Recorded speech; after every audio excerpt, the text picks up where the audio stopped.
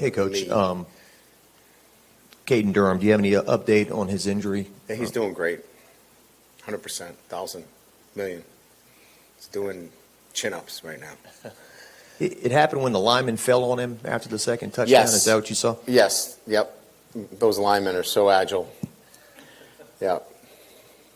You're not going to get much from me on injuries this week. This is a bye week, so you may not go down that road this week. Unless you guys want to hang out at Our Lady of the Lakes and stay in front of the MRI machine or whatever you guys do. You guys can hang out there. Well, we still got to try to ask him. I mean, is there anything at this point, like, do you think it could affect his status for Ole Miss? We think we're injuries are concerned that we'll have our guys for Ole Miss. But, again, we've got 2 weeks here, so, again, we're not going to get into an injury report or say who's probable or doubtful. We've got some guys that are banged up, but we expect them, to be ready for Ole Miss. One more on that front, unfortunately. Is C.J. Daniels dealing with something? Is his status in question right now? He had aggravated an old knee injury, but we got good reports on it. So we were obviously concerned because he had an ACL. It was not an ACL. So, but again, those are things that at first you're concerned, but it turned out to be the best case scenario for us. On Saturday, you said it's going to be a work week. What does the work look like? What do you want to do? We're in full pads today. We went, just under 2 hours. It was physical out there. We're not at a point where, in our development as a team, where we can kind of just tap the brakes. We just have too much development to be done. Now, we're going to give them, Friday, Saturday. Actually, we're going to give them Friday morning, Friday afternoon, Friday early evening, Friday night, Friday late night, Saturday morning. We're going to give them so much time off. It's a joke, but we try to give them to the sense of they have some time to recover. But we need this work. It's important that we continue to work on the things that have improved, right? I mean, we're getting better as a football team, but we still have a lot of work left, and we need to take advantage of this week. Along those lines, defensive line, we all said was a big concern coming into this season, but so did special teams feel like a concern. You guys have been pretty good there. What are your thoughts on teams as a whole? You can take them individually if you want, but what's kind of been a positive for you guys that was a question mark going in? Yeah, we've had up until this point last year, we had 12 returns for 272 yards. I think we've got 2 for something like 30 yards. I mean, that's a huge difference in field position. So that hidden yardage in terms of kickoff and kickoff coverage, we've hit virtually every ball out of the back of the end zone. So Aaron Burrell's made a huge difference there, right? So that's the specialist. I think in terms of punt return, although we haven't hit the big one, we've got a steady guy back there that is a playmaker. And so Xavier Thomas has made a huge difference. Damian Ramos is like money. Like, that guy is solid. He was last year. He continues to be as our field goal kicker. And I think, obviously, the big thing that we're doing really well is positionally, we're really smart in terms of punts. We either knock it down inside the 10 or, we've been really good at positionally punting. And so I think, all in all, special teams have been really good. And that hidden yardage has come out to help us. And that's been, obviously something that you don't normally see, but it affects the scorecard. Just whether it's Dominic McKinley, Ahmad Bro up front, or P.J. Woodland and Deshaun Spears in the back end of the defense, just what has allowed this freshman 2024 class to kind of show itself, I guess, early in the season? Spring ball helps. All these kids were here other than McKinley for spring ball. Dominic, is coming on and making progress each and every week in terms of, what he's able to do. He's going to be a really good football player. He's got some work to do, but I like the progress he's making. Ahmad Bro's been really good. I mean, he just is. He's detailed. He's organized in what he's doing every day. He's assignment correct. We ask him to do a specific job, and he does it. Spears is a good tackler. He's long. He's rangy. He's in the right place at the right time. He's feeling his way through it a little bit as a freshman, but when he gains even more confidence, you're going to see him continue to grow. I think all of these guys benefited from spring. McKinley's a little bit of a different, situation because he's so physically gifted. All right, so this is the first year NFL players have been allowed to wear Guardian caps in games. Do you think this is like something that would trickle down to college level as well, or should? Well, it's available. There's certainly not going to be a situation where if a kid wanted to wear a Guardian cap, that a conference is going to say, no, they can't wear it. Nobody has pushed that envelope yet, but I don't see that anybody's not going to be allowed to wear it. But the fact of the matter is, I think that the numbers point that there isn't a huge difference between the Guardian cap in a game and not, and I think that that's why a lot have not gone to wearing them. But if there is a change, I'm sure that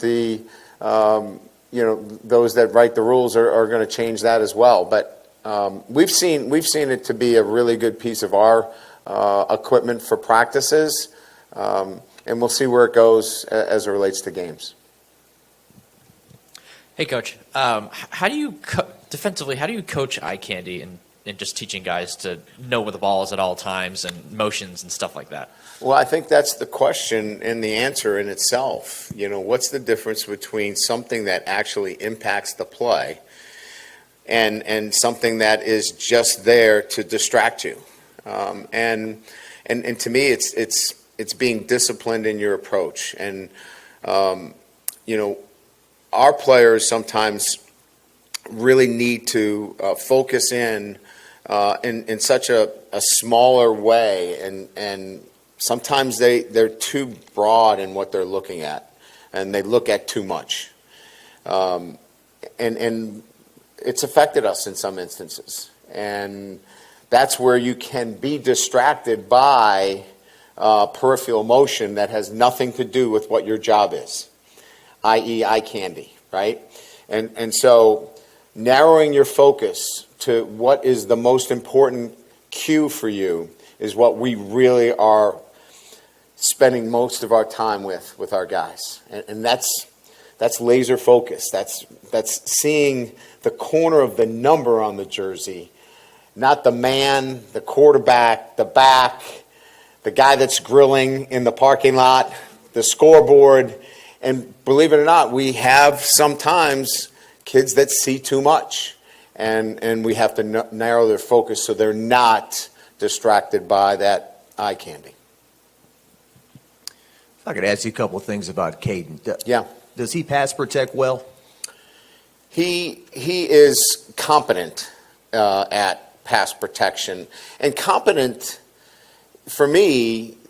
We want to get it to a level of competent is he has to think about it. So sometimes he's a click behind. We want it to be kind of an unconscious competence, which means he doesn't have to think about it, right? He just naturally does it, kind of like a Josh Williams. He's at that level of unconscious competence, and he knows naturally. That's where I'm supposed to be. I'm going to do it. I see it. I can go. He's got to think about it, and as he's processing, sometimes he's a little late, but he's competent, and he's working towards that next level. We've seen it before around here, a guy perceived to be like fourth or fifth on the depth chart back in August kind of surged to the front of the line. But we've also seen it the other way, that he's an All-American in the making, and he's not quite there yet either. Right. So has he gotten a lot better since the beginning of August? Was it just a matter of opportunities because he was a true freshman, or what are you seeing out of him? Yeah, I think it's that. I think it's a freshman that's working through that transition of understanding the playbook, the nuances of playing the game, and just feeling more comfortable in everything that we do. And remember, early on, it was a group of players that already had some experience that he was working to leapfrog. And through his play, right, when he was given the opportunity in South Carolina, he made it happen. And so he's earned it through an opportunity that was given to him. But Jackson was a player that played last year that was in front of him. Obviously, John Emery was in front of him. An injury happened there. Josh, obviously. So there was a number of backs that were already in front of him, so to speak, because of experience. And through opportunity, he's now taken advantage of it. Sorry to hammer on a similar topic, but just one of the more noteworthy things to me, I think, about Caden's fast start last game was just the fact that he was on the field to begin with to start both those drives. He's the first back on the field. So I think you and the coaching staff, have you or did you make that kind of determination that he'd be the lead back heading into that game? Well, again, I'm much more about the player matching, the kinds of plays that we want to run.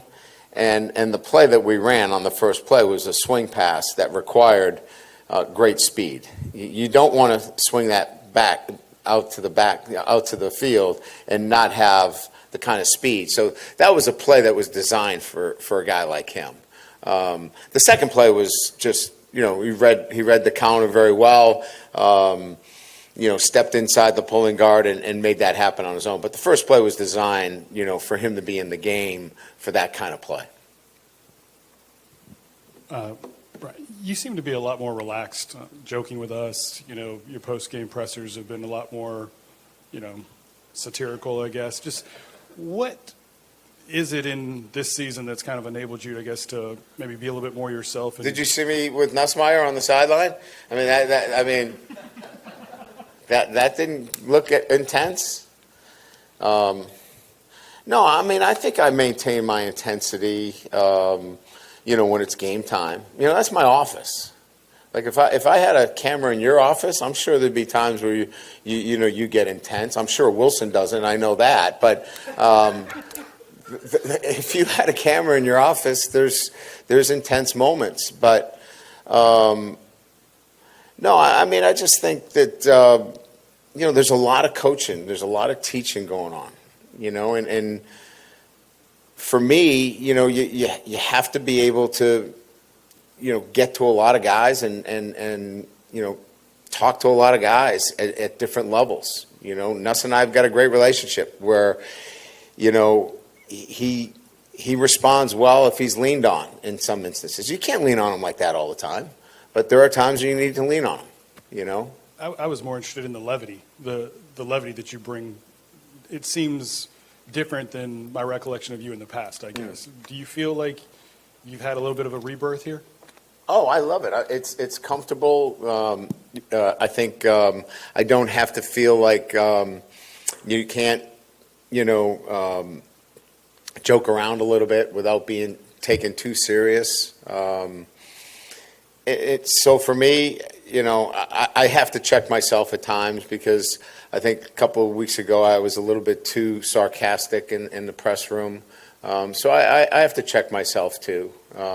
But by and large, I enjoy it here. I love being the head coach at LSU, and it's a place that for me it feels real comfortable.